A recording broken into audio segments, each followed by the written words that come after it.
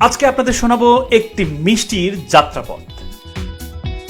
পারস্যের রাজকীয় রান্নাঘর থেকে যাত্রা শুরু করে মুঘল সাম্রাজ্যের পথ ধরে মিষ্টান্ন পৌঁছে যায় আমাদের উপমহাদেশে।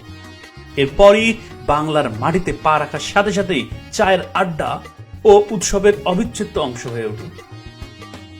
বাইরে ক্রিপসি, ভিতরে জুসি, তেলে ভাজা খসখসে শব্দ আর গুড়ের মিষ্টি ঘ্রাণ নিয়ে আজ খুলে যাচ্ছে জিলাপির আসল রহস্য। আজ আপনাদের দেখাবো একদম পারফেক্ট গুড়ের জিলাপি তৈরির সম্পূর্ণ প্রসেস। চলুন চলে যাই প্রথম ধাপে, যেখানে তৈরি করব খামির। জিলাপির সফলতা নির্ভর করে খামিরের গুণগত মানের উপর। এই ধাপটি খুবই গুরুত্বপূর্ণ। শুরুতেই লাগবে ময়দা, হাইড্রোস, কর্নফ্লাওয়ার এবং পানি, যা সঠিক মাত্রায় দিতে হবে। হাইড্রোস খামিরকে ফুলিয়ে রাখবে, কর্নফ্লাওয়ার টেক্সচার দিবে এবং ময়দা তো জানেনি। সবগুলো উপকরণ একসাথে নিয়ে ভালোভাবে মাখিয়ে তৈরি করতে হবে খামির। মনে রাখবেন, খামিরটি হতে হবে সাদা, মসৃণ, গাঢ় ছাড়া দলা থাকা যাবে না এবং সব থেকে গুরুত্বপূর্ণ হলো এর ঘনত্ব। আসুন চলে যাচ্ছে তৃতীয় ধাপে, জিলাপি ভাজা এবং ঢালা। এখানে কিন্তু শিল্পীর হাতের আসল খেলা। আসুন খামির ঢালার পদ্ধতিটি দেখে আসি। কুপি বা পাইপিং ব্যাগের সাহায্যে খামির ঢালতে হবে। এখানে হাতের দক্ষতা এবং ধৈর্য দুটোই প্রয়োজন।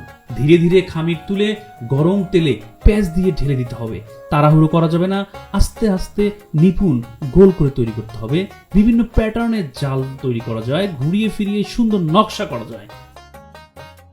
ভাজার সময় কিছু জিনিস খেয়াল রাখবেন। অবশ্যই সাবধানে উল্টাই দিতে হবে, যেন দুই পাশ সমানভাবে ভাজা হয়।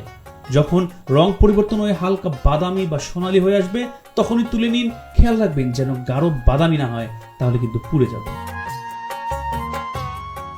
চলে যাচ্ছি পরের ধাপে, গুড়ের শিরা নির্বাচন। যেহেতু এটি গুড়ের জিলাপি হবে, তাই খাঁটি গুড় থেকে তৈরি করে নিতে হবে শিরা। শিরার ঘনত্ব হতে হবে মাঝারি, খুব পাতলাও নয়, খুব ঘনও নয়। আসুন জেনে নেই শিরায় ডোবানোর নিয়ম। ভাজার পরপরই গরম জিলাপি তুলে সরাসরি শিরায় ডুবিয়ে দিন। দেরি করা যাবে না, ঠান্ডা হয়ে গেলে জিলাপির ভিতর শিরা ঠিকভাবে ঢুকবে না। পর্যাপ্ত সময় ডুবিয়ে রাখুন, না হলে জিলাপির স্বাদ পরিপূর্ণ হবে না। তবে অতিরিক্ত সময় নয়, নইলে জিলাপি নরম হয়ে যাবে, ক্রিপসিনেস হারাবে। আদর্শ সময় 30 থেকে 50 সেকেন্ড।